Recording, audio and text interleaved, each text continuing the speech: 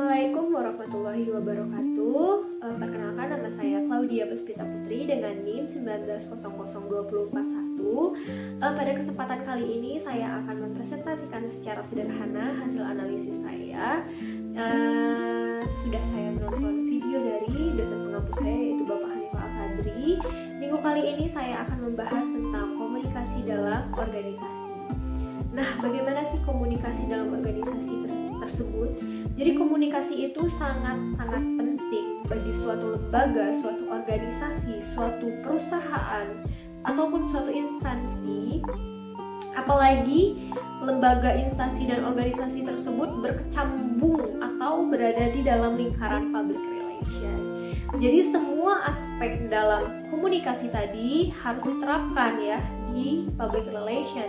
Karena kalau tidak, kalau seorang public relation tidak mempunyai cara berkomunikasi yang baik, nantinya akan terjadi atau terkendala dalam menyampaikan informasi, dan nanti bisa jadi ada miscommunication yang akan terjadi nantinya.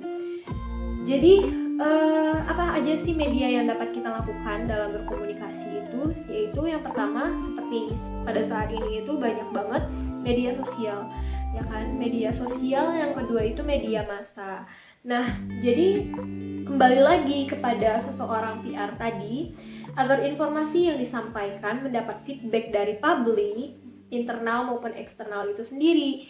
Jadi kita harus memilih nih, mana yang cocok untuk publik tadi, biar kita dapat feedback atau timbal balik atau respon dari publik kita, maupun internal ataupun eksternal di lembaga itu sendiri.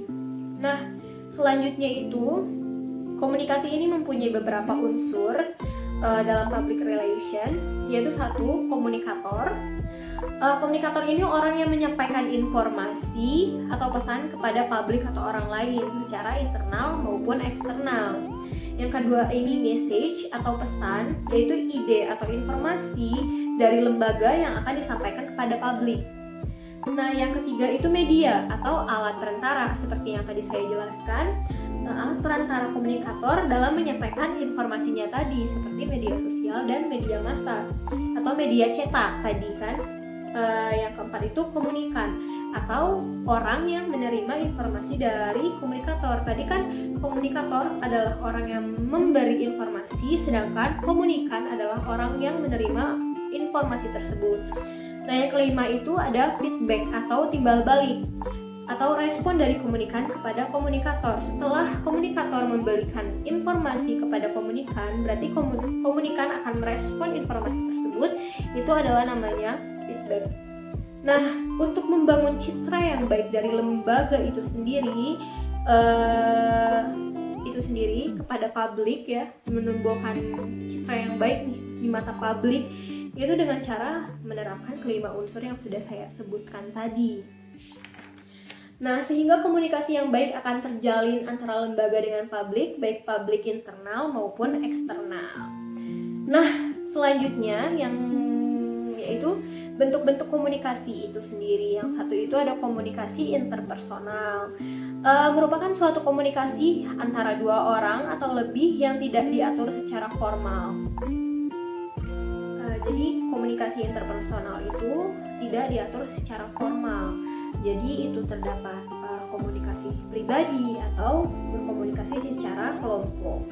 Yang kelompok ini contohnya seperti rapat atau konferensi pers. Nah, yang kedua itu ada komunikasi eksternal. Nah, komunikasi eksternal ini antara lembaga dengan luar lembaga atau publik di luar lembaga yang dapat menimbulkan feedback dari publik atau lembaga tersebut yang bakal menimbulkan respon. Nah, yang ketiga itu adalah komunikasi dalam organisasi. Nah, dalam organisasi itu bisa berkomunikasi juga. Nah, selanjutnya itu bentuk penyampaian komunikasi dalam lembaga ini terbagi dari beberapa bagian.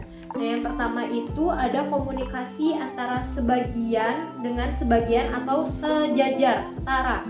Jadi kita itu di dalam lembaga itu contohnya kita berkomunikasi dengan teman bekerja kita, itu adalah komunikasi sejajar. Sedangkan yang kedua itu adalah komunikasi vertikal, atasan dan bawahan. Contohnya itu penyampaian laporan kepada atasan. Nah, yang ketiga ini diagonal communication atau komunikasi diagonal merupakan komunikasi antar unit satu dengan unit lainnya. Nah, yang selanjutnya ini yaitu efektivitas dalam berkomunikasi itu ada beberapa juga nih. Yang satu itu keterbukaan, yaitu kejujuran ya. Tidak ada yang ditutup-tutupi atau membuat image tadi, jaim tadi, jaga image. Jadinya nanti menimbulkan image yang buruk juga kan. Jadi kita harus benar-benar terbuka dalam memberikan informasi yang kita dapatkan kepada komunikan. Nah, yang kedua itu empati, yaitu adanya rasa empati. Empati ini satu tingkat di atas simpati. Kalau bersimpati kita hanya cuma kasihan ya lihat dia gitu kan, kita merasakan gitu.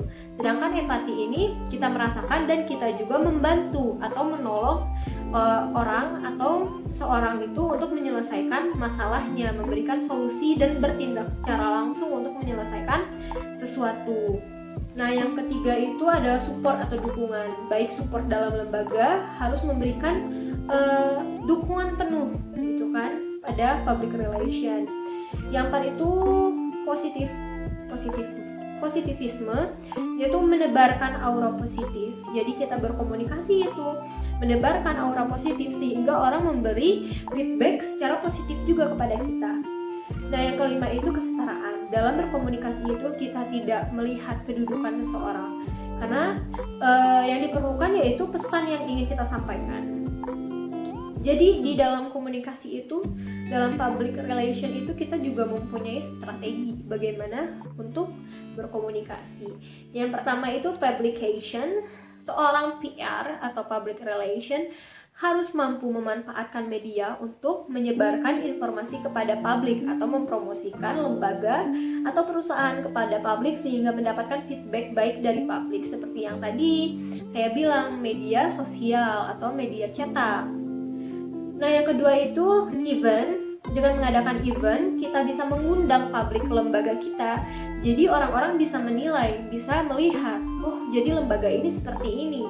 Jadi orang-orang bisa menilai baik dan buruknya lembaga kita atau perusahaan kita dari event yang kita lakukan atau yang kita adakan tadi.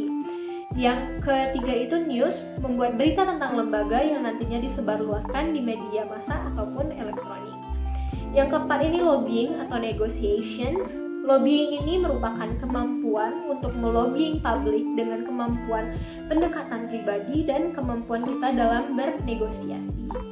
Nah, ini itu untuk menarik perhatian atau mendapatkan kesepakatan dari publik.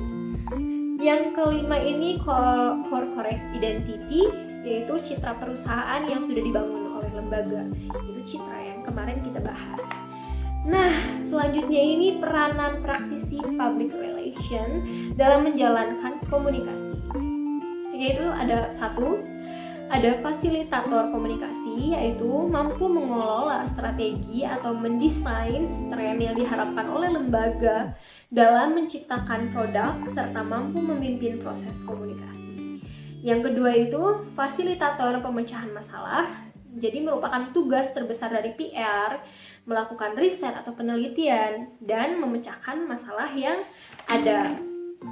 Nah, yang ketiga itu ada teknisi komunikasi, yang keempat ada penasehat ahli. Nah, yang terakhir nih, pentingnya komunikasi dalam setiap kegiatan PR. Yang sudah saya jelaskan tadi di awal, komunikasi ini sangat-sangat penting, apalagi bagi seorang PR, yaitu untuk mengenal halayak. Jadi kita berkomunikasi itu untuk mengenal halayak atau publik di luar lembaga itu sendiri, di dalam ataupun di luar. Yang kedua itu menyusun pesan atau informasi.